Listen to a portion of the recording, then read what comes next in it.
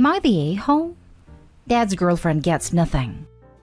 My 36 female dad was always mean, bad-tempered, abusive, bullied anyone who would stand for it, which unfortunately included Mom, who was completely cowed by the time my brother and I were old enough to get out of Dodge. Our homes were always open to her, but to him, not so much. Then last year, he outdid himself. After a heart attack Mom devotedly nursed him through, he decided he had never really lived. Threw Mom out of the house they owned in joint names. She came to me and we were glad to have her, and moved in a girl known in the family as Dad's bimbo. Never held a job, no qualifications whatsoever, which is quite difficult to do in the school all the local families went to, including ours, at exactly 1/3 his age. I refused to believe she was attracted to him, the stereotypical bad-tempered, overweight, red-faced gammon. Well, it sucks to be the bimbo.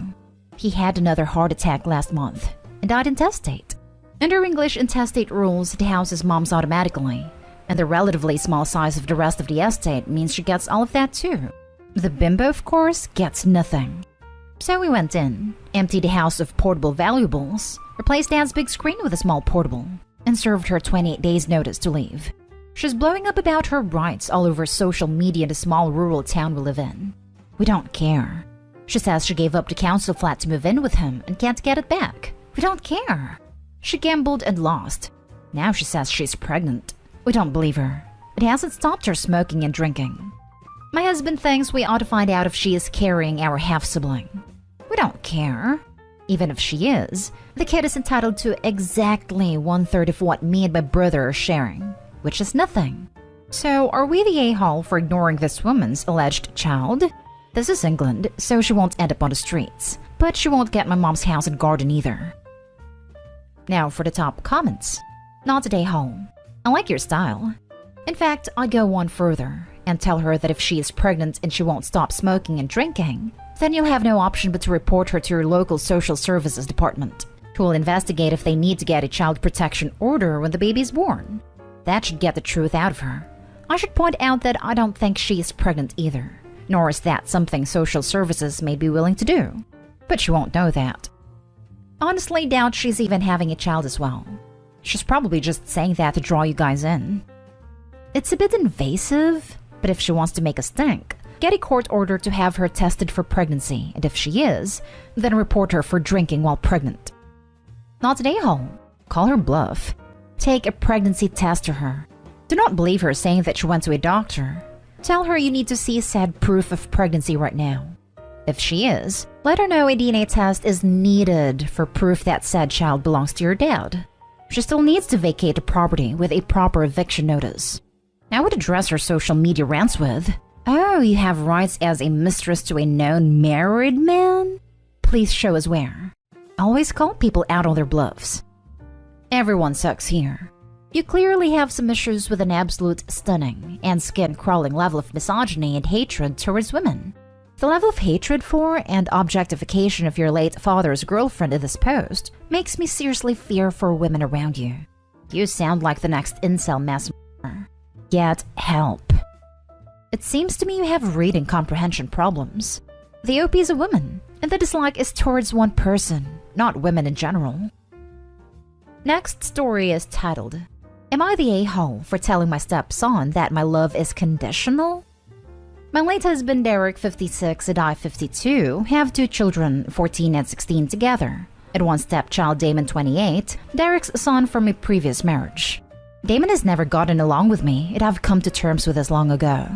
I tried bonding, I tried backing off, I did everything but divorce his father. When his father was alive and he lived with us, Damon would tell me he hated me, tell his therapist he wished I was dead, begged his father to divorce me, and told his siblings he couldn't wait to move away to Israel and never see them again. He was 16 to 23 when this happened. I had grown to strongly dislike Damon, and would do my best not to involve myself with much of anything to do with him. When he left, I thought he'd mature and grow to change and accept us, or at least be cordial, but he cut all contact with me and only communicated with his father. Derek passed last August, and it's been rough on me and the kids. The home is taken care of, and it was Derek's wish to hand it down to Damon. Damon wanted us to leave right away, and I asked for a month to find a home, and he obliged. During this time, I tried to offer sympathy for his father's loss, but he wouldn't have any of it. so I gave up the dance as the song was clearly long over. I moved into a 3-bedroom for my kids and myself and left a home to Damon, with all of his deceased mother's items, his father's possessions besides my wedding ring, and some pictures. I thought this would be the last I heard of him. Until recently. He called asking to meet, and I humored him. He said that he wanted to try again and be a family. I asked if he meant he'd like to see his siblings.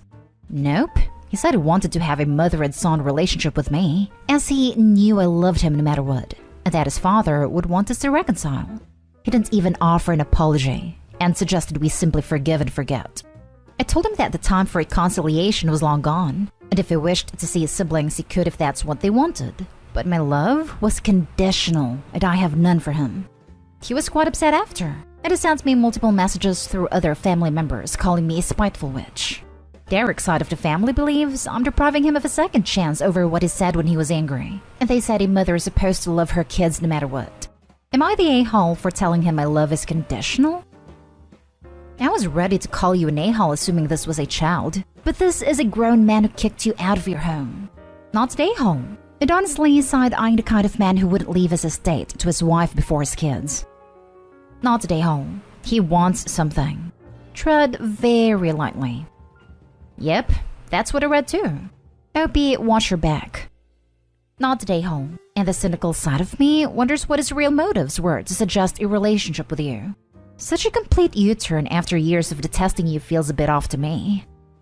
I am assuming he is in a relationship to someone who has close relationship with her sibling/step-parent, and he is trying to position himself as being that type of person as well. Imagine being 28, kicking your siblings out of their home, and then assuming the love of a step-parent you treated like trash would be unconditional. Not today, Opie. Maybe not. Assuming that you came into his life when he was 16 and then had 2 children soon after. Not sure when his mother died, but he probably felt as if him and his mom were replacing him. As a parent, it was your duty to make sure to develop a relationship and to never give up on trying. As an adult, you had a power in this situation. The post does not paint a picture of how you treated him. Your account can never give us a whole picture. Your husband was the a-hole for leaving your family home to only one child, and Derek was an A for having you move out. But he did reach out and you shut him down directly. He's still your kid. I guess you're the a-hole is my final conclusion. How could Damon be Opie's kid if he never considered Opie to be his mom in the first place? Next story.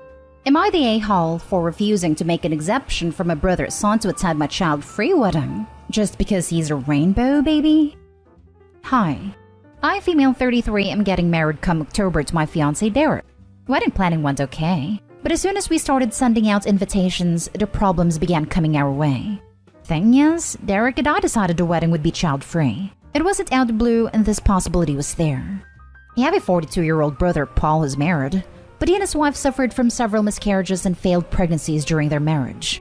They finally were blessed with a son that everyone calls a miracle and a rainbow baby. My nephew is 4 years old, and everyone salutes him and treats him as a king. It also turned blind eye to any misbehaviors he has, which caused him to become loud, destructive, out of control, and punchless. When Paul received invitation and found out kids weren't included, he and Mom lost it and decided on an urgent meeting with me and Derek. Paul said, "My son is an exception, right?" I said no, and this rule is to be followed by everyone. He argued that I was making a mistake by excluding my nephew. He and Mom went on about how he's a miracle since he's their rainbow baby/grandbaby. Then Paul said he had no problem with my wedding being child-free, but expects me to make an exception for his son. He explicitly said, "You can have your child-free wedding, but you're gonna have to make an exception for my son, and you know why." Derek apologized and said we won't, since our friends that by-in-laws had kids too but now have to leave them home and arrange for babysitters, and advised him to do the same. Paul was offended, and said if his son isn't invited then he won't come, and gave us an ultimatum to drop out if we don't edit his invitation. That caused my family to freak out because Paul is the only and oldest sibling I have, and they said his presence at the wedding is a must. I had an argument with Mom and Dad, who said the fact I'm choosing this to be my hill to die on and treating Paul and my nephew like that was appalling. They emphasized how my nephew is special, and I should be ashamed to exclude him even if the wedding is child-free. My parents said that if Paul won't come, they won't come either, which devastated me a lot and caused me to break down. Derek said they were the ones being unreasonable and disrespectful of our wedding. and we should wait, maybe they'll come around eventually. But they've doubled down. This morning my aunt and uncle dropped out, as well as my other uncle last week. Paul told everyone, and they're supporting him and won't come unless I make an exception for my nephew. But that will upset my guests, and they'll call me hypocrite. My family's divided, saying I'm ruining my own wedding, basically saying this is all on me. Added to add because I see this question asked a lot. My family have normalized this behavior from Paul and also his wife. Whenever I point out how unacceptable it is to expect everyone to cater to my nephew and his parents, Paul would chime in with, "She's jealous," because he and his wife have a kid while I can't/don't. I was married before meeting Derek, and divorced my ex-husband for my inability to have kids, but that's another story. Not today, home. You are not the one dying on this hill. Your brother is, and he's involving the rest of the family. If your family cares more about whether a 4-year-old gets to go to a wedding and/a reception, which as the only child there won't be any fun for him, than they do about celebrating you and your new husband, then that will make the decision about which family to spend holidays with that much easier. You are not being malicious. You are making a decision about your guest list. Your wedding is about you and your fiancé. It is not about your nephew, or your brother and his wife. The fact that they are making it about them is absolutely shameful. Thank you for your input. Fact is, there were easy options/routes for Paul to take, like getting a babysitter like Derek suggested, but Paul got extremely offended and agitated, talking about how his son isn't the same as other kids, and how he never required a babysitter before. Derek kept rolling his eyes, but not out of disrespect for my nephew, but because of the way Paul spoke. Paul called Derek disrespectful, and he then gave us an ultimatum. It's a shame, and I definitely didn't expect this reaction from them. His son isn't the same as other kids. Paul is right in this. His son is going to be the biggest spoiled a-hole ever if your family keeps up this treatment and attitude. I'm sorry for their prior losses, but rainbow babies are not exactly unique. That's why there is a somewhat common term used to describe the situation. This one is their rainbow baby, but he's still a kid. And you've said your wedding will have no kids. Frankly, as someone else commented, this will make holidays much easier as you'll always know which family to spend them with. That is, Derek's side. Just invite your family. Celebrate your wedding the way you and Derek want and enjoy your life without them. When you choose to have a child-free wedding, you have to accept that some guests will not be able to come or won't want to come. You're in essence saying that you are willing to exclude some guests in order to have the child-free wedding you want. Not today, home. Your family are the main a-holes here, but you had to have known this could be the result with these people. You set the rules here, and they're following them. You can't be surprised or mad about it now. Next story. Am I the a-hole for telling my friend her kid's not having a dad isn't my problem? I've been friends with Stacy since we were in elementary school. When Stacy was in her early 20s, she was a wild party girl and ended up getting pregnant twice. Before anybody asks, it was consensual. She just liked going to parties. I helped her look for the father of both kids, but many paternity tests later, she still doesn't know. I'm the godmother of both of her kids, and I love them to bits. My son's birthday is next week, which is allowed where we live, and Stacy asked me if my friends don't bring their husbands. I was very confused and asked why. And Stacy told me her eldest daughter has been going through grief that she doesn't have a father in her life. Stacy didn't want her daughter to see the kids being happy with their dads. I felt terrible, but I told her I'm not going to do that, since my husband and I are friends with them. She then had the audacity to call me selfish, and I told her, I'm sorry, but my godkid's not having a dad isn't anybody else's problem but yours. Am I the a-hole? Maybe you could have worded it a little better at the end, but you were definitely not the a-hole. I always felt like I enabled Stacy because I was always excusing her behavior. I know it sounded harsh, but I felt like she needed a reality check. No kidding. I mean, she had not one but 2 pregnancies, where she has not even a clue who the dad is? That's insane. Not the a-hole. That's honestly quite entitled of Stacy. She can't expect the rest of the world to pretend to be fatherless just because her kids are. I have no issue with partying and casual hookups, but honestly, this is extremely irresponsible on her end. Obviously, I don't know the details of her encounters, and birth control can fail, rubbers can break, but you'd think after the first oopsie pregnancy, she would be a little more careful. Stacy thought you couldn't get pregnant if you weren't ovulating, or if you do it upside down. She's an amazing mother other than that. Now for the last story. Am I the a-hole for not rescheduling my party because it's on my dad's wedding anniversary? Okay, so when I was a kid, my dad got married to my stepmom 2 days after my birthday, which in itself wouldn't be a big deal. But it was a destination wedding, so I had to spend my 13th birthday packing and traveling. Which, whatever. It's only one birthday. Then when I was still a teenager, my dad's side of the family would just celebrate my birthday the weekend before, because of his anniversary. Again, no big deal. Then I'd celebrate with my mom on my birthday. My 25th is coming up and I decided to have a cookout at my house to celebrate and to show them my new place since I moved. I invited some friends, my mom and stepdad and grandparents. I invited my dad and stepmom to be nice, even though I didn't really expect them to come. Well, he called me yesterday and asked me to have it the weekend after instead because he'd be out of town. I said no. Then he pressed more and asked, why not? What's the big deal if you celebrate on the actual or not?